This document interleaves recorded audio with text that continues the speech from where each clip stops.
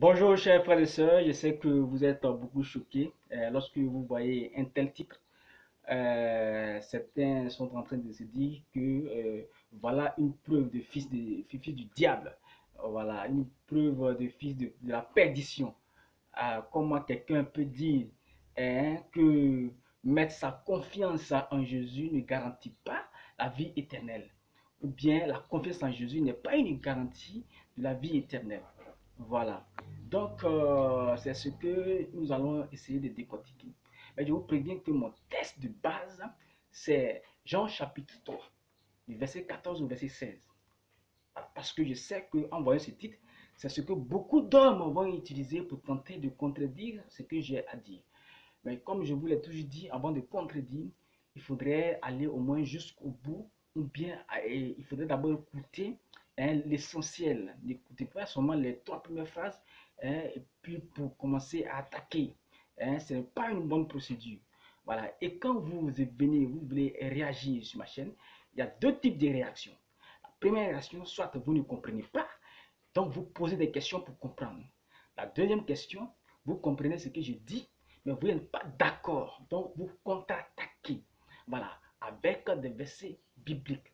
Donc quand vous venez, il faudrait que dès vos premières lignes, je puisse sentir que vous venez soit pour poser une question ou soit pour contre-attaquer.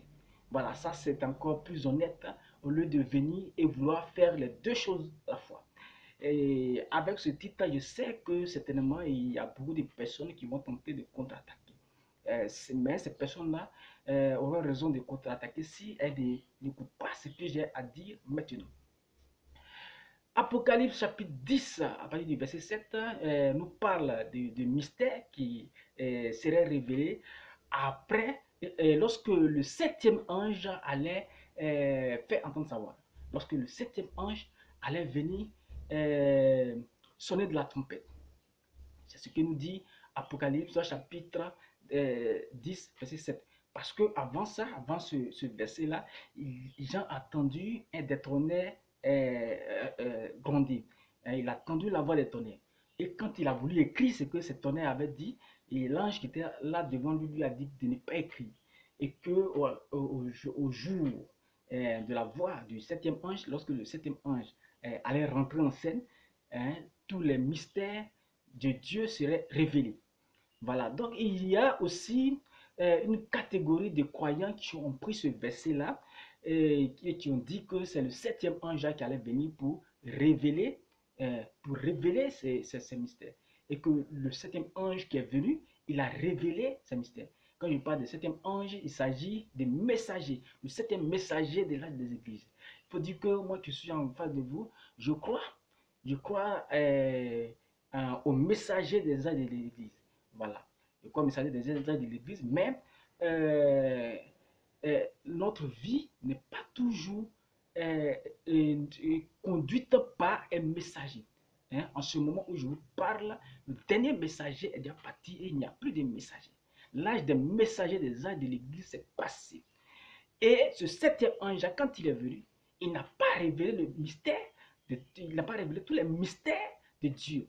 Il a seulement introduit. Parce qu'à ce moment, la parole de Dieu, la Bible, est encore scellée à 98%. Il a seulement introduit. Parce que ce n'est pas lui qui va révéler les mystères. Alors, les gens qui pensent que c'est le septième ange qui a révélé les mystères, ils se trompent. Le septième ange, il n'a fait qu'introduire. Parce que les mystères vont se révéler en des fils de Dieu. Voilà pourquoi la Bible dit en Romains chapitre 8, verset 19, que la nature attend avec ardent désir la manifestation des fils de Dieu. Donc c'est lorsque les fils de Dieu sont manifestés que le mystère de Dieu est révélé. Lorsque les fils de Dieu sont manifestés, que le mystère de Dieu est révélé. C'est la vie des fils de Dieu qui révèle le mystère de Dieu. Dieu se manifeste en ses fils. Il se révèle en ses fils. Alors le septième ange, il est venu tout simplement pour introduire. Voilà pourquoi, après son départ, il y a encore beaucoup de fous. Il y a encore beaucoup de discussions. Oui, il y a encore beaucoup de discussions. Aujourd'hui, ce n'est pas de lui que je vais parler, mais je commence d'abord par ce point-là. Voilà, il m'arrivera un jour de parler un peu de ces différents messagers des âges de l'Église. Bien, donc, Comme je vous l'ai dit, c'est dans ce moment-là même que les filles de Dieu sont en train d'être manifestées. Manifestées par la parole, ils vont venir manier la parole, ils vont venir révéler la parole, et ils vont venir vivre la parole. Ils vont parler la parole afin que les fils, tous les fils de Dieu puissent être manifestés. Tout simplement. Nous sommes dans cette époque-là. Nous sommes dans cette époque-là. Voilà pourquoi, si vous lisez Jean chapitre 3 comme un littéraire, vous vous trompez. Si vous croyez que le fait de mettre votre confiance en Jésus, c'est ce qui va vous donner la vie éternelle, vous trompez. C'est pas ce que Jean 3, verset 16 dit. Jean 3, verset 16 ne dit pas ça. Je crois même que, je suis sûr qu'avec le temps, les fils de Dieu vont créer eux-mêmes leur propre académie, leur propre académie de littérature, spécialement réservée à la compréhension de la parole de Dieu. Parce que si on veut raisonner avec la littérature des hommes, on va se perdre. Car Dieu a... On va essayer de lire Jean chapitre 3, verset 14 au verset 5. Et comme Moïse éleva le serpent dans le désert, il faut de même que le Fils de l'homme soit élevé, afin que quiconque croit en lui ait la vie éternelle.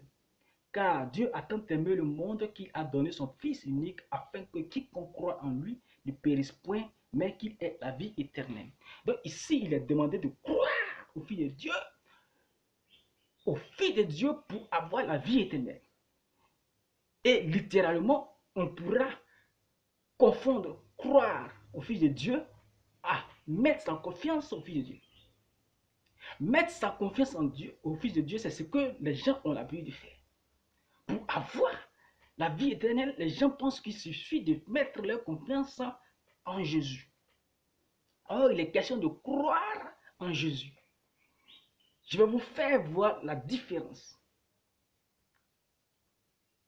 Pour avoir la vie éternelle, il n'est pas question de croire et de mettre sa confiance en Jésus, mais il faut croire en Jésus.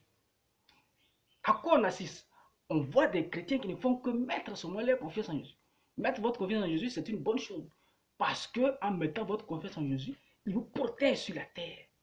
Il vous bénit. Lorsque vous êtes attaqué, pendant que vous dormez, il est là pour combattre pour vous. Il vous protège des accidents de circulation. Lorsque on veut vous empoisonner, il vous protège.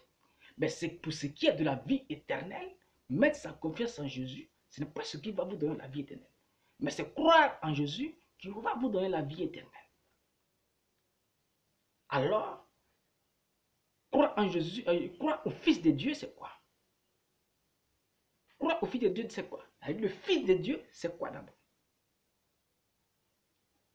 Quand on va dans Colossiens chapitre 1, verset 15, il est dit que le Fils est l'image du Dieu invisible. Dieu compris, dont on parle depuis Abraham, depuis Noé, qui était invisible. Il a été manifesté en son Fils. Donc le Fils est l'image du Dieu invisible. C'est le Dieu invisible qui se manifeste. Donc lorsque le Dieu invisible se manifeste, il est appelé Fils. Mais c'est le même Dieu qui est là. D'après Ésaïe chapitre 9, à partir du verset 7, Jésus est le Père véritable, le Fils là, il est le Père véritable. Or, dans Matthieu 23, dans Matthieu 6, verset 23, il est dit qu'on n'a qu'un seul Père. Matthieu 6, verset 23, il est dit qu'on n'a qu'un seul Père. Donc, ce Père-là, Dieu invisible, là, il se manifeste en son Fils et il se rend visible. Donc, le Fils est la manifestation du Dieu invisible. Mais qu'est-ce qui s'est passé dans Jean chapitre 3, verset 16? Dieu manifeste quoi? Il manifeste son amour. Alors le Fils qu'il a donné là, c'est la manifestation de son amour. Le Fils n'est pas seulement un nom. Et ceux qui auront la vie éternelle, il y a des gens même qui n'auront jamais entendu ce nom-là.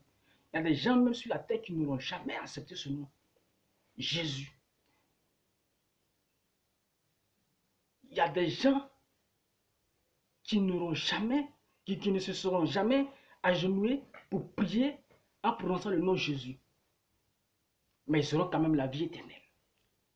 C'est de ceux-là qu'il est question lorsque le Seigneur Jésus-Christ dit que, lorsque la Bible dit que quand il va venir chercher les filles de Dieu, il y a des gens qui seront surpris. Lorsqu'il va leur dire, quand je vous ai demandé de l'eau, vous m'avez donné. Je vous ai demandé ceci, vous m'avez donné. Il y a des gens qui diront, Seigneur, on a fait ceci en ton nom, on a fait cela en ton nom, on a mis notre confiance en toi, on a prié en toi.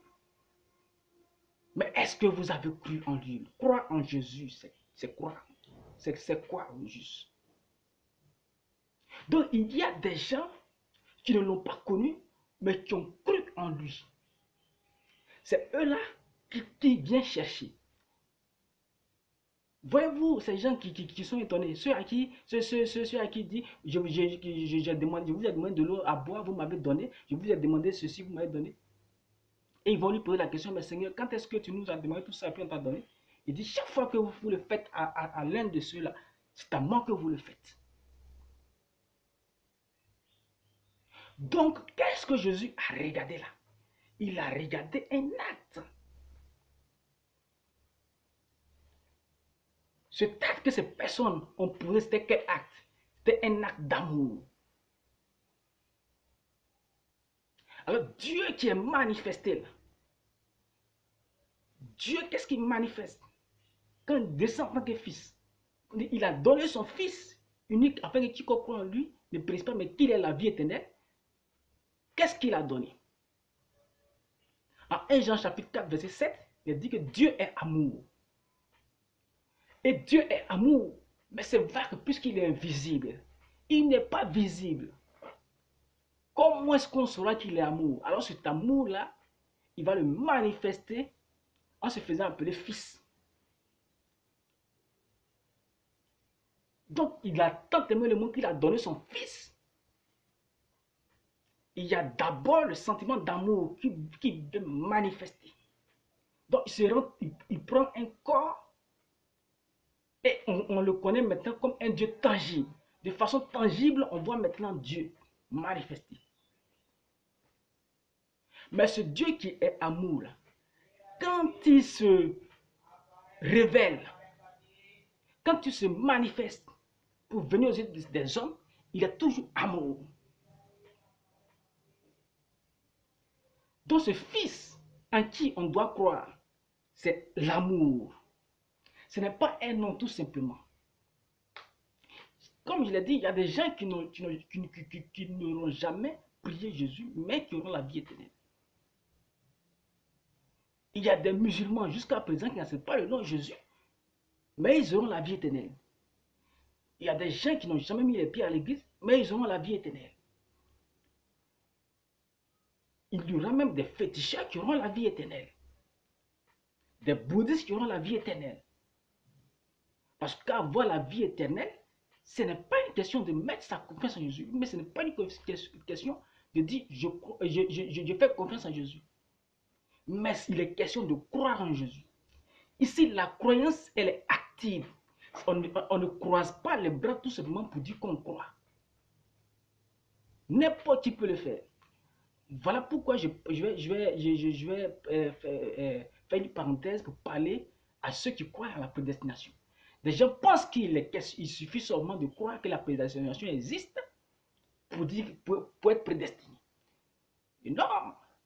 Comme je l'ai dit, il y a des œuvres qui ont été préparées. Et ces œuvres qui ont été préparées sont des œuvres d'amour. Alors le Dieu qui est manifesté, Dieu qui est amour, il se manifeste en un fils pour venir montrer son amour. Et le fils qui vient, c'est l'amour. Donc ceux qui croient en l'amour, c'est eux qui auront la vie éternelle. Mais qui sont ceux qui croient en l'amour? C'est ceux qui manifestent bien évidemment l'amour. Voilà pourquoi quand le Christ viendra, la seule chose qu'il cherchera en chacun de nous, c'est l'amour, l'amour, l'amour. De la même manière que Dieu s'est manifesté et qu'il s'est fait appeler Fils, s'est fait appeler Jésus, de cette même manière, il nous demande aussi, le Seigneur Jésus-Christ dit, de la même manière que le Père m'a envoyé, moi aussi je vous envoie.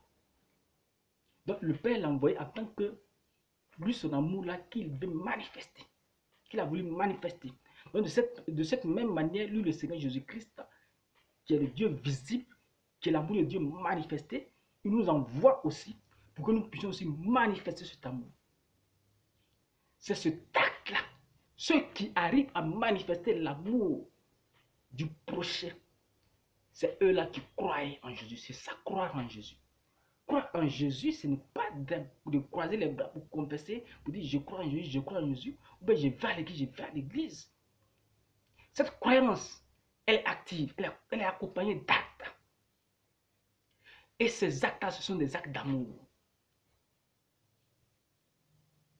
Alors, croire au Fils de Dieu, c'est croire en l'amour manifesté. Puisque Dieu est amour, Dieu se manifeste.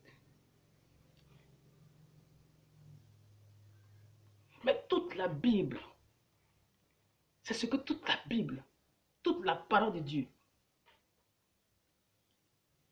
a toujours voulu nous enseigner.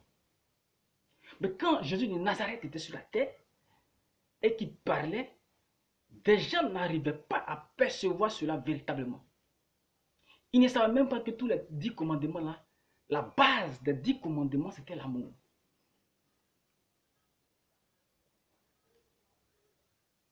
Il a été même obligé maintenant de donner un 11e commandement, qui est aime ton prochain comme toi-même. Parce que les gens ne savaient pas que les 10 commandements avaient pour base l'amour du prochain.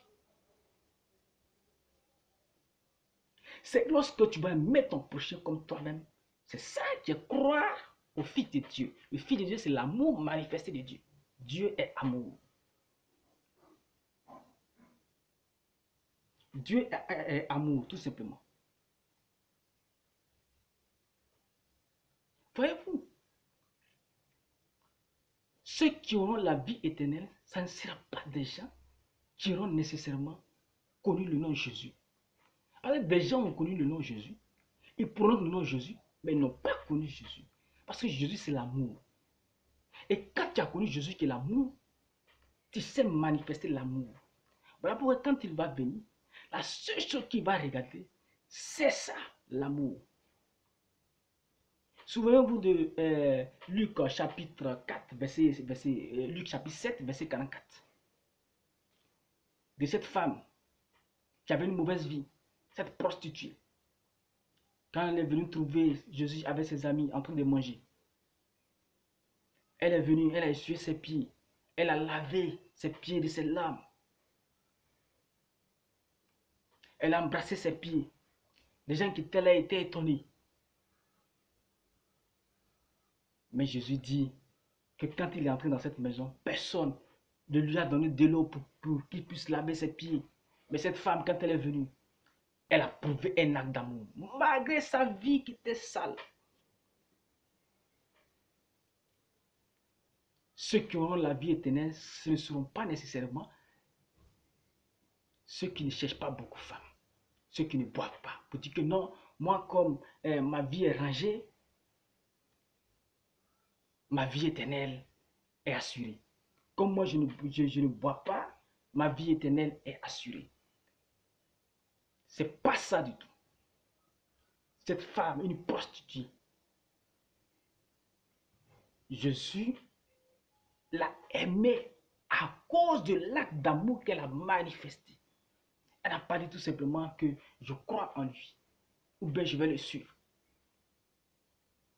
Elle a manifesté. Donc sans connaître le nom de Jésus, elle a manifesté la nature de Jésus. C'est cette nature du Fils de Dieu là que le Seigneur va chercher à reconnaître en chaque personne. Quand tu n'as pas ça en toi, c'est que tu n'es pas prédestiné. Tu n'es pas fait pour la vie éternelle. Tu n'es pas fait pour l'enlèvement. Même si tu es un pasteur évangélique qui prie en langue, les ribababababababa. Mais si ce n'est pas en toi, si ce caractère d'amour n'est pas en toi, c'est que tu n'as jamais connu le Fils de Dieu. Et lui aussi, il ne t'a jamais connu. Voilà pourquoi quand tu vas dire Seigneur, j'ai fait ribababa à ton nom, il va dire qu'il ne t'a jamais connu. Parce que tout ce qu'il connaît, c'est l'amour.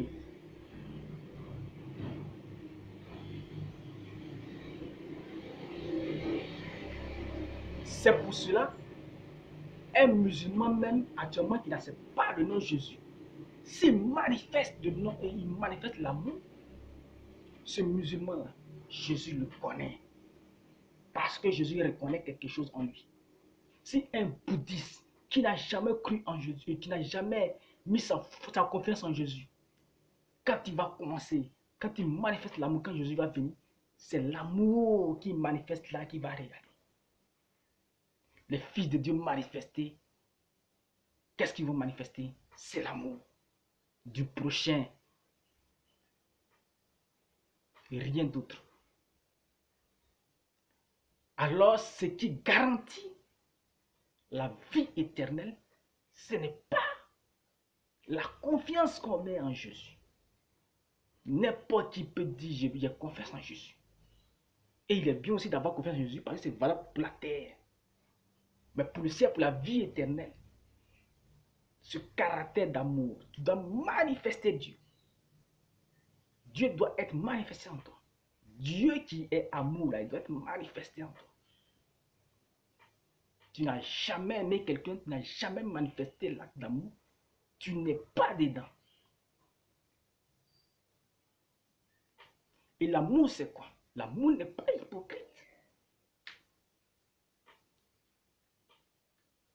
Tu fais quelque chose à quelqu'un, du bien à quelqu'un, tu lui rends service, mais intérieurement, c'est pas ça. Voilà pourquoi il y a un autre degré d'amour que le Seigneur Jésus-Christ va regarder. C'est la charité. La charité est nettement au-dessus de l'amour qu'on a habitué de voir. La charité est nettement au-dessus de l'amour, simple affection. Voilà pourquoi dans, je crois dans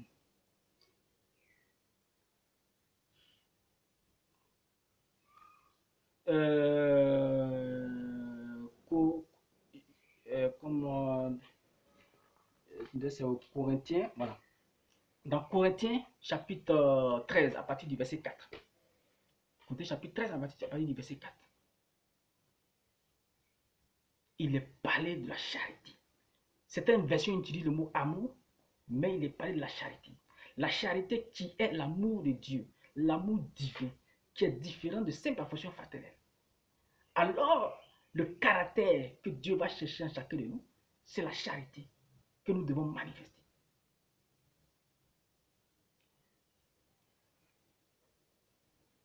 Si même tu livres ton corps au feu dans le but de sauver quelqu'un, mais si ce n'est pas la charité qui t'a poussé à le faire, c'est inutile.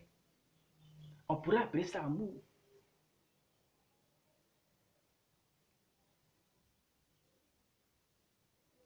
Est-ce que tu l'as fait avec ton être?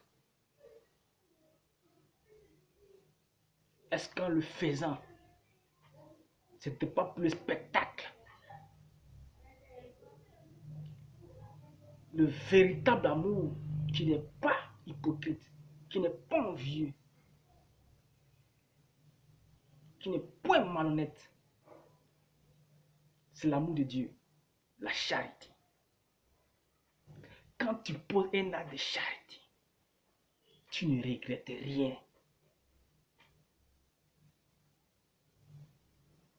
Quand quelqu'un a demandé à Jésus qu'est-ce qu'il devait faire pour avoir droit au ciel, Jésus lui a dit, si tu as déjà fait tout ce que j'ai cité là, alors ce qu'il te reste à faire, vends tous tes biens et partage-le aux pauvres.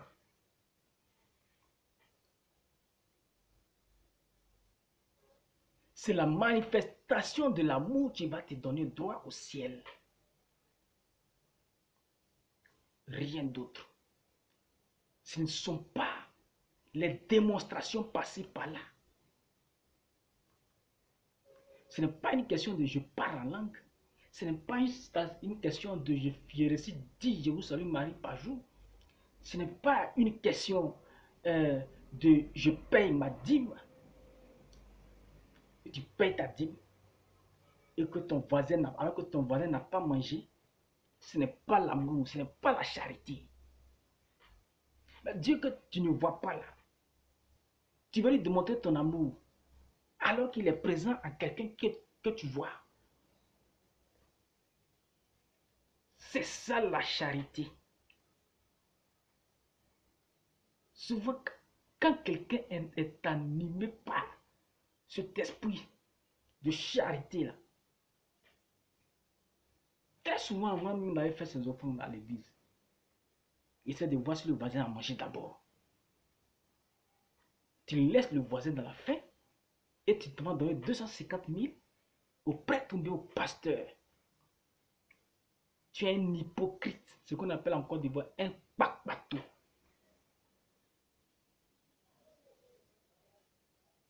Quand le Seigneur Jésus va venir, il va dire qu'il ne t'a jamais connu.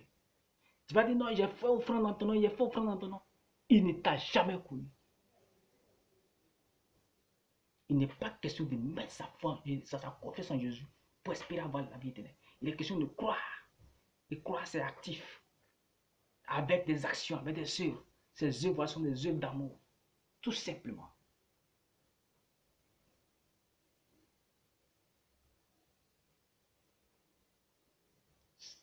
Croire en Jésus, croire au Fils de Dieu, c'est manifester l'amour. Voilà pourquoi des gens qui sont en train de manifester l'amour à ce moment-là, ils seront surpris. Parce qu'ils ne sauront pas que c'est à Jésus qu'ils sont en train de faire. Ils ne sauront pas que c'est pour Jésus qu'ils sont en train de faire. Ils ne savent pas pendant qu'ils le font à ce moment-là. Ils ne savent pas que c'est leur foi en Jésus, leur croyance en Jésus qu'ils sont en train de démontrer.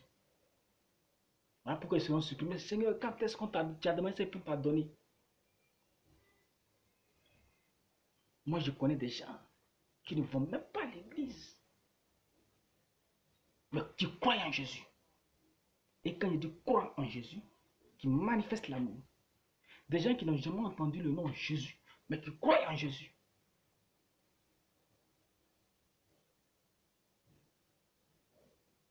De grands chercheurs de femmes qui croient en Jésus. De grandes prostituées qui croient en Jésus. De grands drogués qui croient en Jésus. Parce que croire en Jésus, c'est manifester l'amour pour son prochain. C'est ça la signification de Jean chapitre 3, verset 16. Que Dieu vous bénisse.